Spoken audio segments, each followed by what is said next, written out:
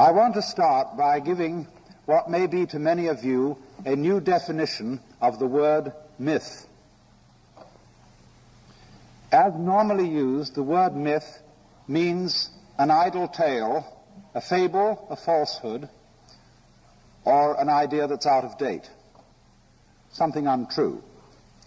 But there is another, older and stricter use of the word myth, whereby it doesn't mean something untrue, but it means an image in terms of which people make sense of life and of the world. Supposing, for example, you don't understand the technicalities of electricity, and somebody wants to explain them to you. He wants to explain about the flow of currents. Well, to do that, he compares electricity with water.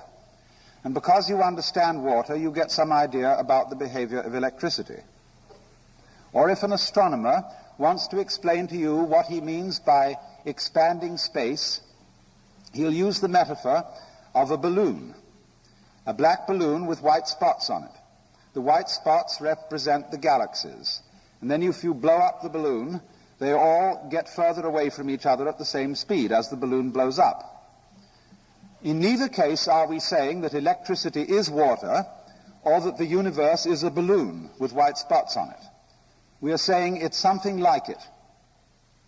And so in the same way, the human being has always used images to represent his deepest ideas of how the universe works and what man's place in it is. And tonight I'm going to discuss certain aspects of two of the greatest myths in this sense of the word which have influenced mankind's thinking. First of all, the myth of the universe as an artifact, as something made, as a carpenter makes tables, chairs, and houses, or as a potter makes pots, or as a sculptor makes figurines. And on the other hand, the image of the world as a drama, in which all the things in the world are not made, but acted, in the same way as a player acts parts. For these are the two great images which govern respectively the religions of the West, descending from Hebraism, that is to say, Hebraism itself, Christianity, and Islam, and on the other hand, the myth which governs those religions which have had their origin in India, most particularly Hinduism itself, and to a lesser extent Buddhism. And I want to make it perfectly plain, before I go any further, that in talking about these two great religious traditions, in terms of images, I am talking about the way they express themselves at a rather popular level. Sophisticated Christians and sophisticated Hindus think beyond images. For example, a Christian may think of God as the Father, but a sophisticated and educated Christian does not imagine that God is a cosmic male parent with a white beard sitting on a golden throne above the stars. Nor does a Hindu imagine literally that God is the super showman, the big actor. These images are what it is like, not what it is. And perhaps when I get through with discussing them, we'll be able to ask the question as to whether any of these images still make sense to us in this 20th century, when we have a view of the world so powerfully shaped by Western science. Now let me begin then with a few things about the image of the world, and thus the image of man, as it comes to us from the Hebrew Bible. It's said in the book of Genesis that the Lord God created man out of the dust of the earth, as if he had made of Adam a clay figurine.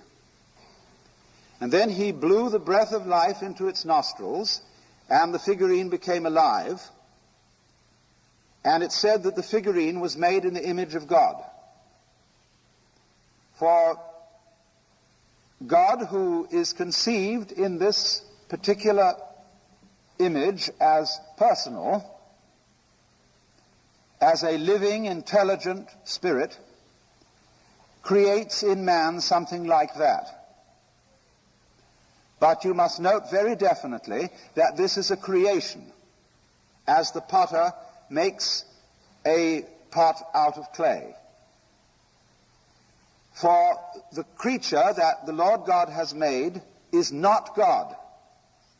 The creature is something less than God, something like God but not God.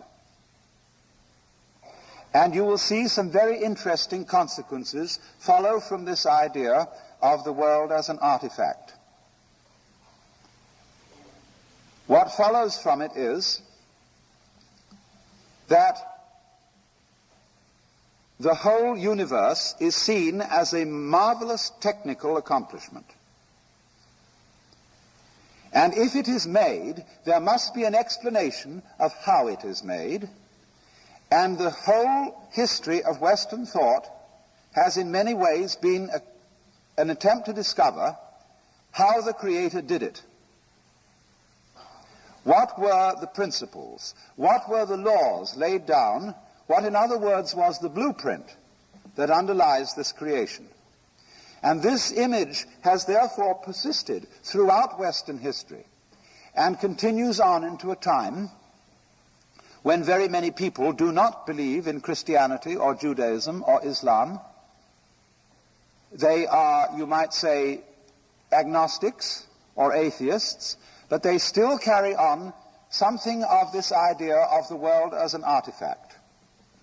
If you are a Christian or a Jew, you believe that the world is the artifact, the creation, of the intelligent spirit called God.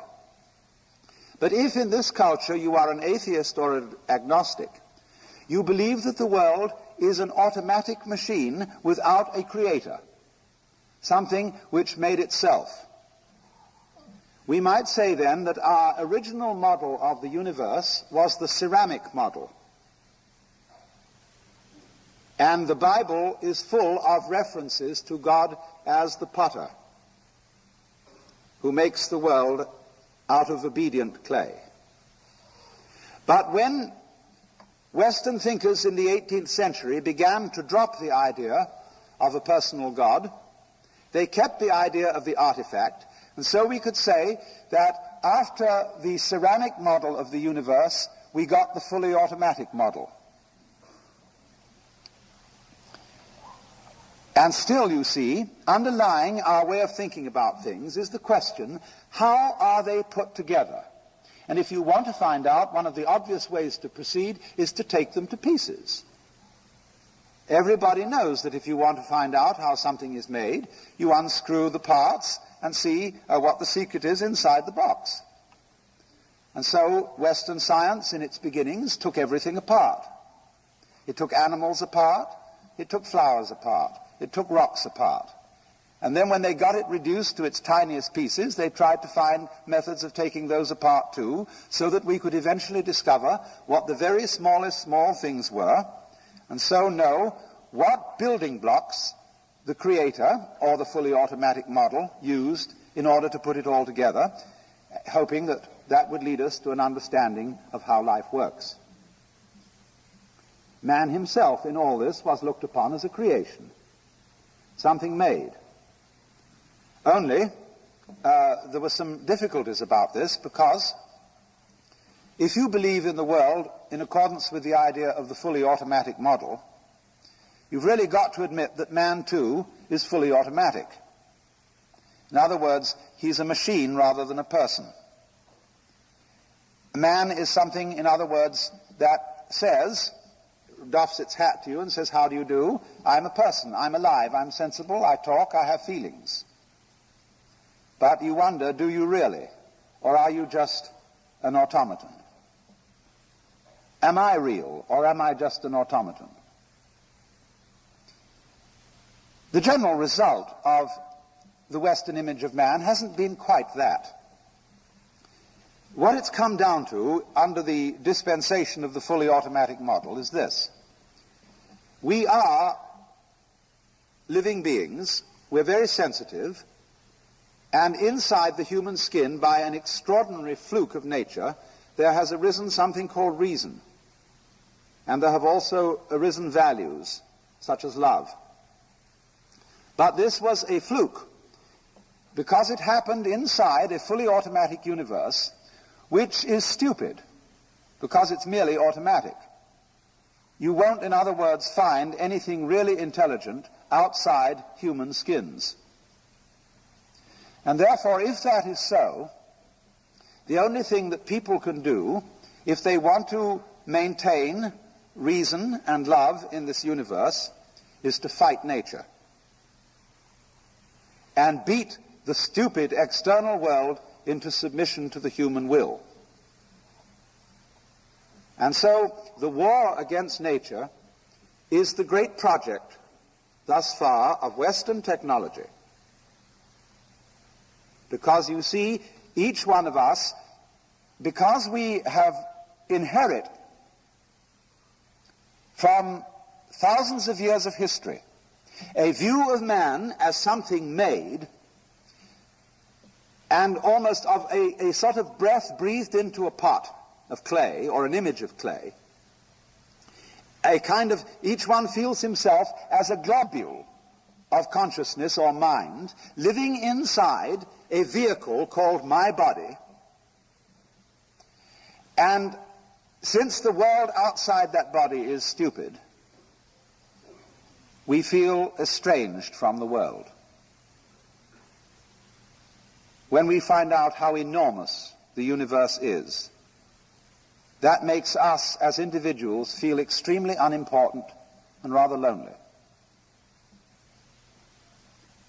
Because you see, we consider ourselves, our basic image of ourselves is of a soul or an ego or a mind, all by itself in its little house, looking out at a world that is strange and that is not me. I am therefore a brief interval of consciousness between the darkness and the darkness. And that isn't too happy. I would like to be able to believe that it was more than that. If I could, so many of us say, if I could only still believe that there is an intelligent and eternal God in whose eyes I am important and who has the power to enable me to live forever, that would be very nice. But for many people, that's an extraordinarily difficult thing to believe. Now I want to contrast this image of the world with another, what I call the dramatic image as distinct from the image of the potter, or the ceramic image. And this will be the presiding image of Hinduism. Their idea is this, that God didn't make the world like a technologist, but he acted it. That is to say, every person and everything for that matter, every tree, every flower, every animal, every star, every rock, every grain of dust is a role or part which the Godhead is playing. You must understand, of course, that the Hindu image of God is a little bit different from the Jewish, the Christian, and the Islamic. When I was a little boy, I used to ask my mother interminable questions. And when she got sick of it, she said, "My dear, there are some things in this life that we're just not meant to know." Well, I said, "Will we ever know?" She said, "Yes. If you die and then go to heaven, God will explain it all." And so I used to hope that on wet afternoons in heaven, we would all be able to sit round the throne of grace and say to the Lord, "Why did you do this and why did you do that?" And he would explain. Every child in the West asks his mother, "How was I made?" And nobody knows, but they know that perhaps somebody does, and that'll be God, and he'll be able to explain. Likewise, if anybody gets mentally deranged and claims to be God, we always humor such people by asking them technical questions. how did you make the world in 6 days? Or if you're God, why couldn't you change this plate into a rabbit? But that is because in our popular image of God, God is the supreme technocrat. He knows all the answers. He understands everything in detail and could tell you all about it. But the Hindus don't think of God that way. If you ask the Hindu God, how did you create the human body? He would say, look, I know how I did it, but it can't be explained in words, because words are too clumsy. In words, I have to talk about things slowly. I have to string them out, because words run in a line. And lines add up to books, and books add up to libraries. And if I explained to you how I made the human organism, it would take all eternity for me to tell you. Unfortunately for me, I don't have to understand things in words in order to make them happen. Nor do you. You don't have to understand in words how you breathe. You just breathe. You don't have to understand in words how to grow your hair, how to shape your bones, how to make your eyes blue or brown. You just do it. And somebody who does understand to some extent, maybe a physiologist, he can't do it any better than you can. So that, you see, is the Hindu idea of divine omnipotence. And that is why their images of the gods very often have many arms. You'll often see the god Shiva with 10 arms, or the Buddhist Avalokiteshvara with 1,000 arms. And that is because their image of the divine is a sort of centipede. A centipede can move 100 legs without having to think about it. So Shiva can move 10 arms very dexterously without having to think about it.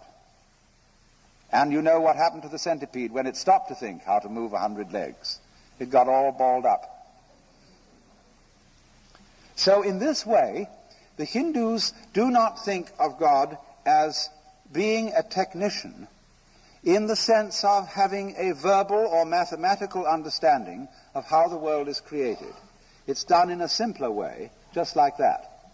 Only if we had to describe this simple way in words, it would be very complicated, but God, in their idea, doesn't need to do so.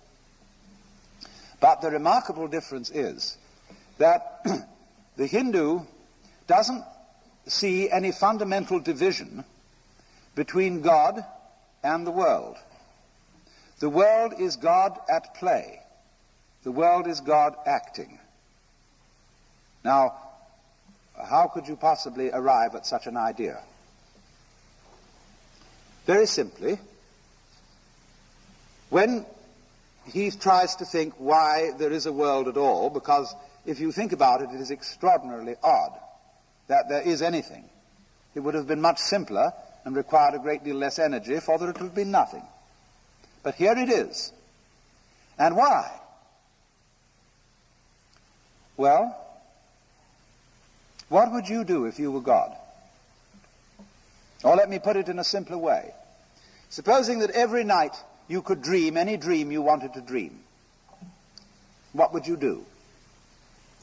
Well, first of all, I'm quite sure that most of us would dream all the marvelous things we wanted to happen.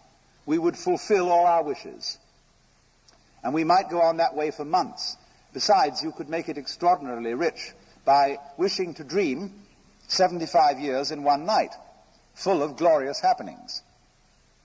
But after you're done that for a few months, you might begin to get a little tired of it.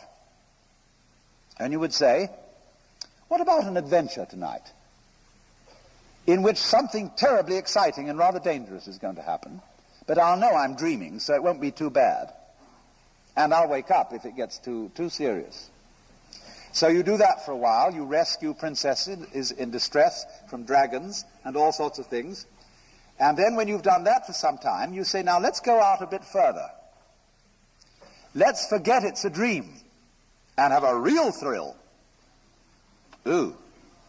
But you know you'll wake up. And then you get, after you've done that for a while, you get more and more nerve. until you sort of dare yourself as to how far out you can get. And you end up dreaming the sort of life you're living now.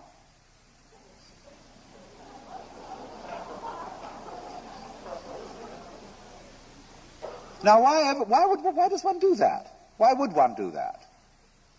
The reason, the Hindu would say, is that the basic pulse of life, the basic motivation of existence, is what we call the game of hide and seek. Now you see it, now you don't. You see, everything's based on that, because all life is vibration, pulsing. Light is a pulsation of light-darkness.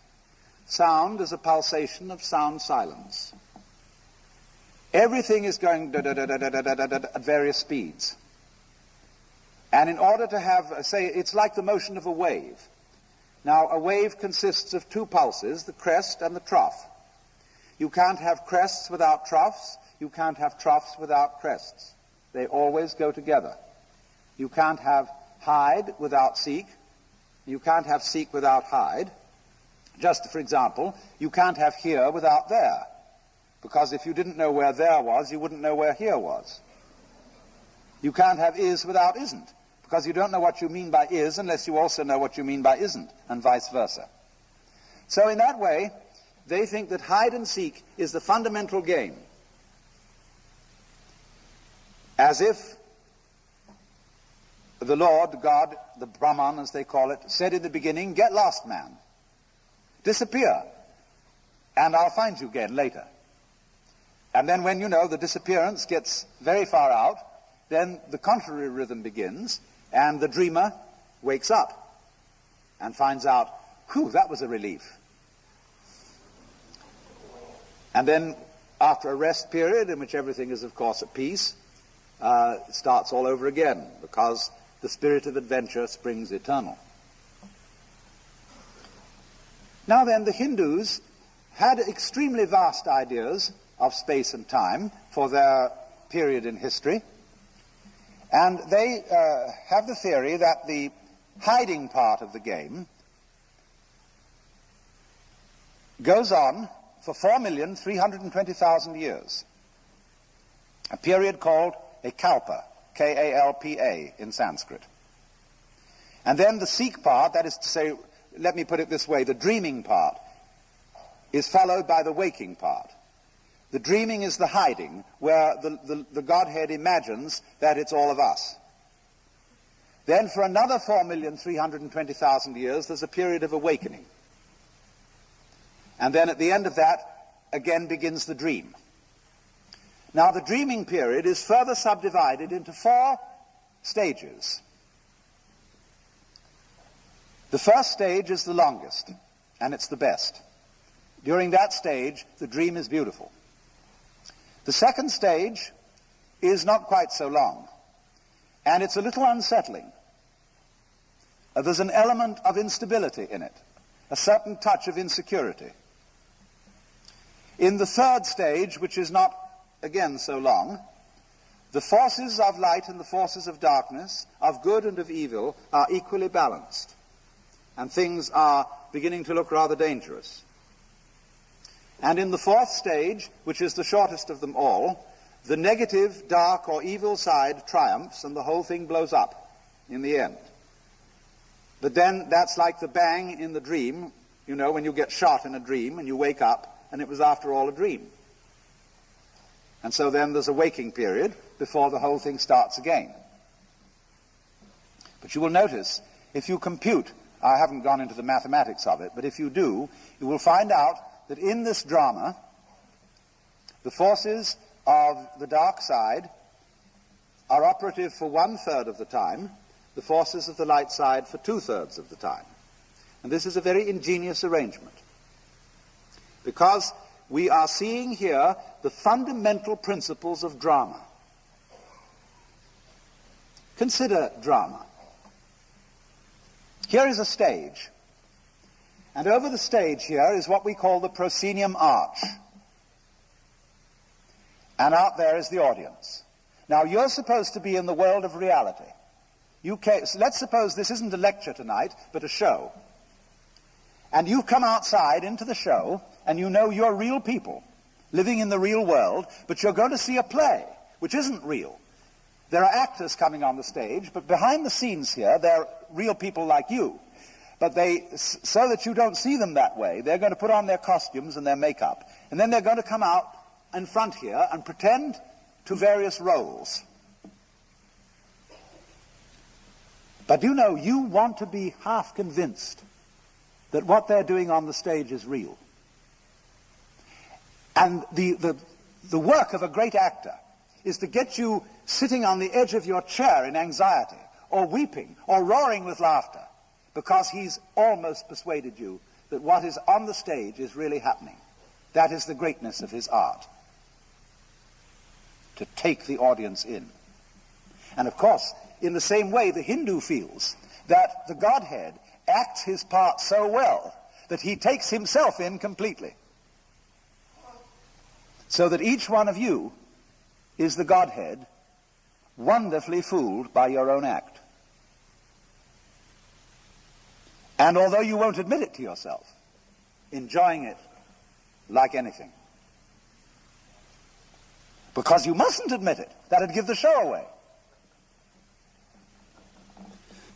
Now, it's a funny thing.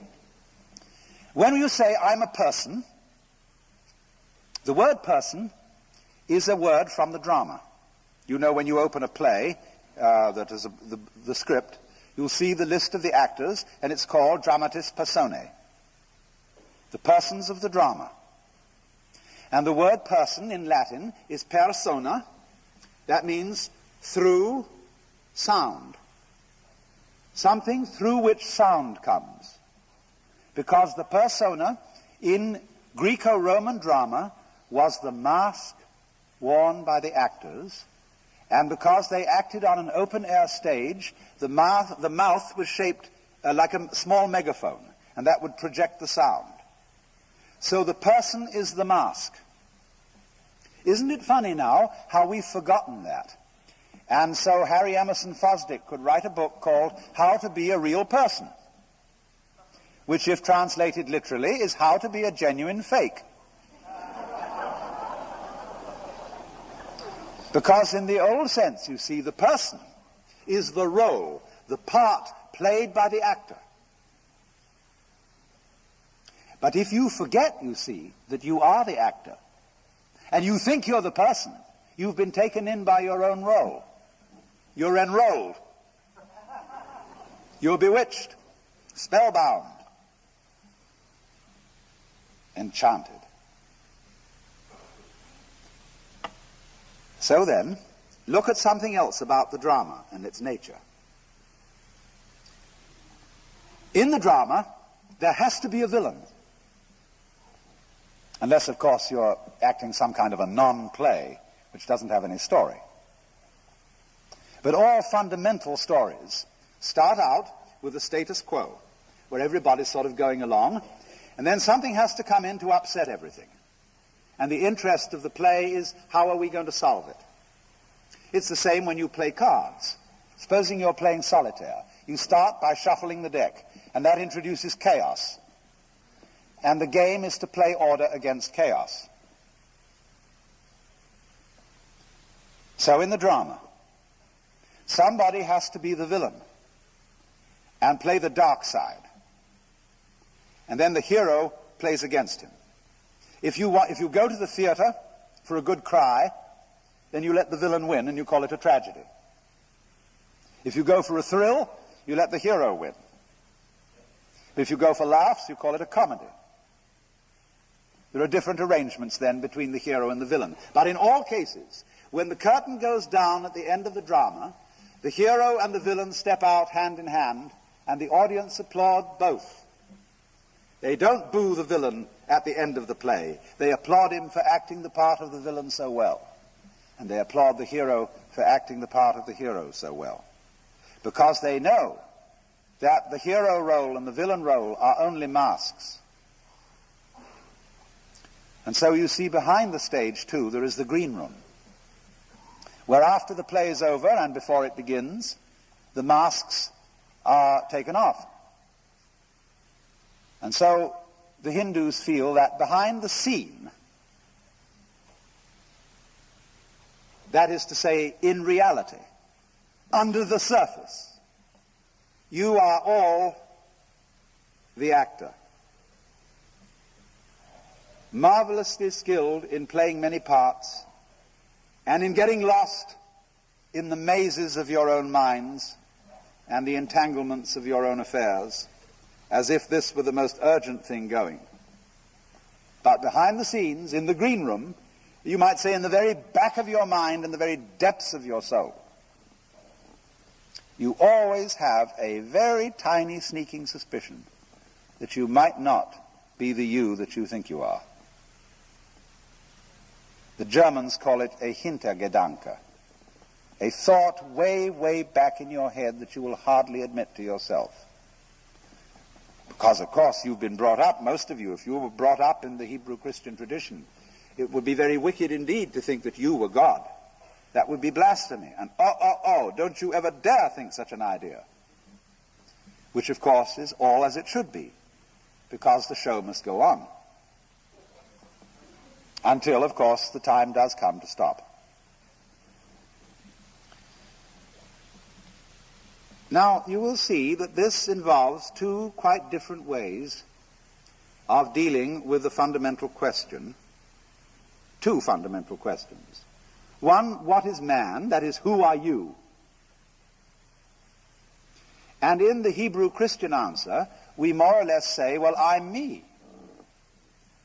I'm Alan Watts. I'm John Doe. I'm Mary Smith. And I firmly believe I am, because I really oughtn't to think anything else, ought I? And that me is a finite ego, or a finite mind, whatever that is. On the other hand, the Hindu will say that the real self, which he calls Atman, A-T-M-A-N, is what there is. It's the works. It's the which than which there is no whicher, the root and ground of the universe and of reality. The next problem where they differ so sharply is, well, why have things gone wrong? Why is there evil? Why is there pain? Why is there tragedy? Now, in the Christian tradition, you have to attribute evil to something else besides God. There, God is defined as good. And he originally created the scheme of things without there being any evil in it. But there was a mysterious accident in which one of the angels, called Lucifer, didn't do what he was told. Man, there was a fall of man. Man disobeyed. He went against the law of God. And from this point, evil was introduced into the scheme of things, and things began to go wrong, that is to say, against the will of the perfectly good Creator. Now, the Hindu thinks in a different way. He feels that the Creator, or the actor, is the author of both the good and the evil. For the reasons that I explained to you, you have to have the evil for there to be a story. And in any case, it isn't as if the Creator had made evil and made someone else its victim. It isn't like saying God creates the evil as well as the good, and poor little us are his puppets and he inflicts evil upon us. The Hindu says nobody experiences pain except the Godhead. You are not some separate little puppet which is being kicked around by omnipotence. You are omnipotence in disguise. And so there is no victim of this. No helpless, defenseless, poor little thing. Even the baby with syphilis is the dreaming Godhead. Now, this makes people brought up in the West extremely uneasy,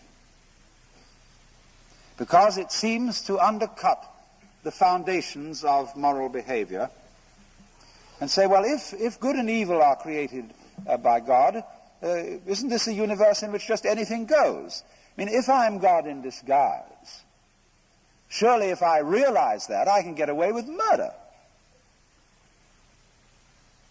Well, think it through. Didn't I point out that in the game, as the Hindus analyze it, the evil part has 1/3 of the time, and the good part has 2/3? What sort of a game do you want, anyway? You will find out, you see, that all good games, games that are worth playing and that arouse our interest, are constructed like this. If you have the good and the evil equally balanced, the game is boring. Nothing happens. It's stalemate. The irresistible force meets the immovable object. On the other hand, if it's all good, and there's hardly any evil, or maybe just a weeny little bit of a fly in the ointment, it also gets boring. Just in the same way, for example, supposing you knew the future and could control it perfectly, what would you do? You would say, let's shuffle the deck and have another deal. Because, for example, when great chess players sit down to a match and it suddenly becomes apparent to both of them that white is going to mate in 16 moves and nothing can be done about it, they abandon the game and begin another. Because they don't want to know. There wouldn't be any hide in the game, any element of surprise, if they did know the outcome. So, a game with good and evil equally balanced isn't a good game. A game with the positive or good forces clearly triumphant isn't an interesting game. What we want is a game where it always seems that the good side is about to lose. I'm in really serious danger of losing. But manages always to sneak out. You know how it is in serial stories when they get the hero at the end of an installment in some absolutely impossible position, where it seems that he's going to be run over by a train because he's tied with his girlfriend to the rails, and you know somehow in the next installment the author's going to get them out of the difficulty. Only he mustn't do it too obviously, because he won't go on reading the next installment. So then what's necessary is a system in which the good side is always winning, but never is the winner. Where the evil side is always losing, but never is the loser. That's a very practical arrangement for a successful ongoing game which will keep everybody interested.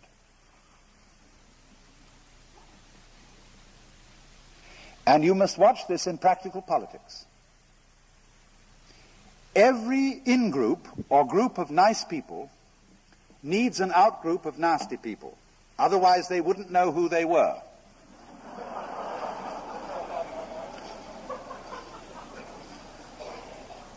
And you must recognize then that this out-group is your necessary enemy, whom you need. He keeps you on your toes. But you mustn't obliterate him. If you do, you're in a very dangerous state of affairs. So you have to love your enemies in this sense, regard them as highly necessary, and to be respected chivalrously. We need the communists, and they need us. The thing is to cool it and play what I call a contained conflict. When conflicts get out of hand, all sides blow up. Oh, of course, I suppose then there's another deal, maybe 1 million years later. Now, let me see if I can for a moment put these two visions of the world together. It seems that if you believe the Christian, Hebrew, Islamic view, that you can't admit the Hindu view. Because if you're a Christian, the one thing you cannot believe, if you say you're at all Orthodox, you're an Orthodox Protestant Bible type, or if you're a Roman Catholic, you can't believe that you are God. And so that excludes Hinduism, apparently. But let's go back to Judaism for a minute and ask this question. If Judaism is the true religion, can Christianity be true too? No. No. Because there's one thing in Christianity that the Jew can't admit, and that was that Jesus Christ was God. That is unthinkable for a Jew, that any man was indeed God in the flesh. All right, second question. If Christianity is the true religion, can Judaism be true too? The answer is yes, because all Christians are Jews. That is to say, they have taken in the Jewish religion, lock, stock, and barrel, in the Old Testament, into their own religion. Every Christian is a Jew plus something else, which is his particular attitude to Jesus of Nazareth. Now then, let's play this game once again. If Christianity is true, can Hinduism be true? The answer is no, for the reason that we've seen. The Christians will say Jesus of Nazareth was God, but you aren't. I'm not. Now then, if Hinduism is true, can Christianity be true? The answer is yes, because it can include it. But how? What would be the attitude of a Hindu to a very sincere and convinced Christian? He would say, bravo. Absolutely marvelous. What an act. Here in this Christian soul, God is playing his most extraordinary game. He is believing and really feeling that he's not himself. And not only that, but that he is living only one life. And in that life he's got to make the most momentous decision imaginable. In the course of this 80 years and 10, he's got to choose between everlasting beatitude and everlasting horror. And he's not quite sure how to do it. Because in Christianity there are two sins to be avoided, among others. One is called presumption, and that is knowing surely that you are saved. The other is called despair, which is knowing surely that you're damned. There's always a margin of doubt about this. Work out your salvation in fear and trembling. So you might say that this is preeminently the gambler's religion. Imagine, at some great casino, late at night, there is some marvelous master gambler who's been winning all night. And then suddenly he decides to stake his whole winnings on whether the ball lands on red or black. Sensation! Everybody gathers from all over the casino to watch this terrific gamble. So in the same way, the predicament in which the Christian soul finds itself is this colossal gamble, which is saying this universe can possibly contain in it ultimate tragedy. There could be such a thing as an absolute, final, irremediable mistake. And what a horror that thought is. And so the Hindu is sitting in the audience, fascinated by this Christian's extraordinary, reckless gamble. He says, that's a beautiful game. The Christian doesn't know it's a game, but the Hindu suspects it is. And he's a little bit admiring it, but not quite involved.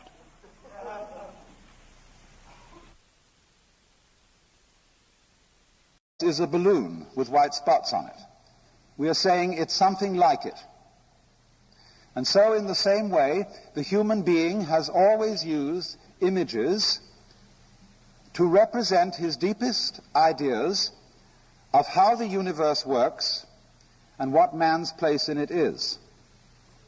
And tonight I'm going to discuss certain aspects of two of the greatest myths in this sense of the word, which have influenced mankind's thinking. First of all, the myth of the universe as an artifact, as something made, as a carpenter makes tables, chairs, and houses, or as a potter makes pots, or as a sculptor makes figurines. And on the other hand, the image of the world as a drama in which all the things in the world are not made but acted in the same way as a player acts parts. For these are the two great images which govern respectively the religions of the West, descending from Hebraism, that is to say, Hebraism itself, Christianity, and Islam, and on the other hand, the myth which governs those religions. I want to start by giving what may be to many of you a new definition of the word myth. As normally used, the word myth means an idle tale, a fable, a falsehood, or an idea that's out of date, something untrue.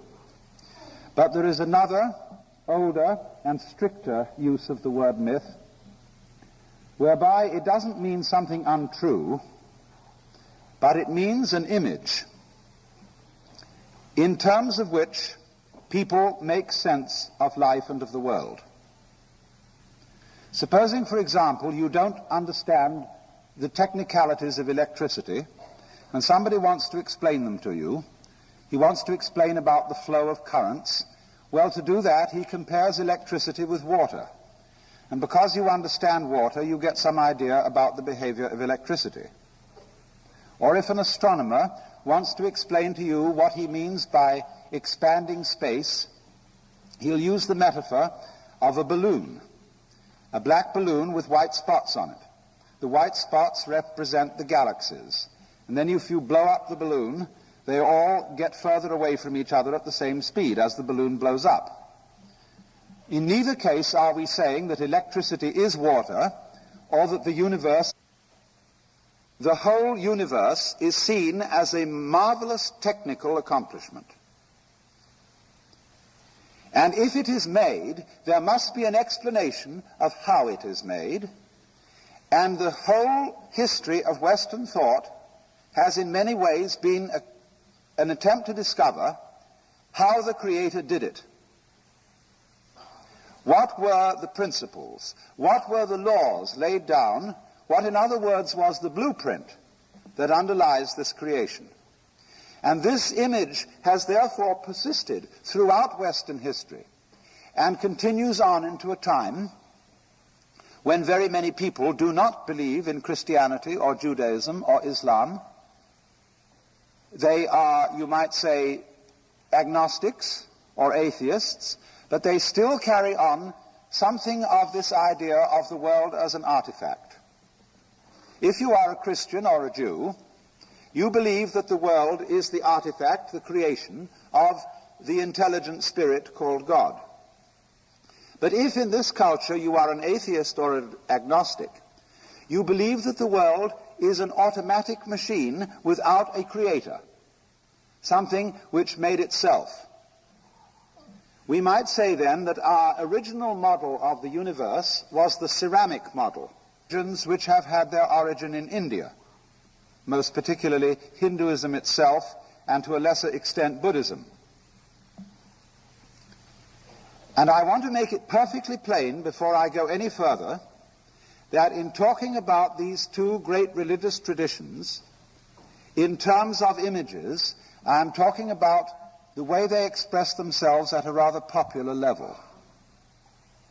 Sophisticated Christians and sophisticated Hindus think beyond images.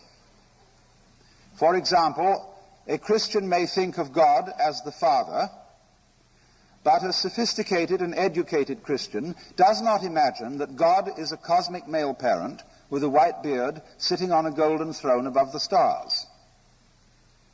Nor does a Hindu imagine literally that God is the super showman, the big actor. These images are what it is like, not what it is.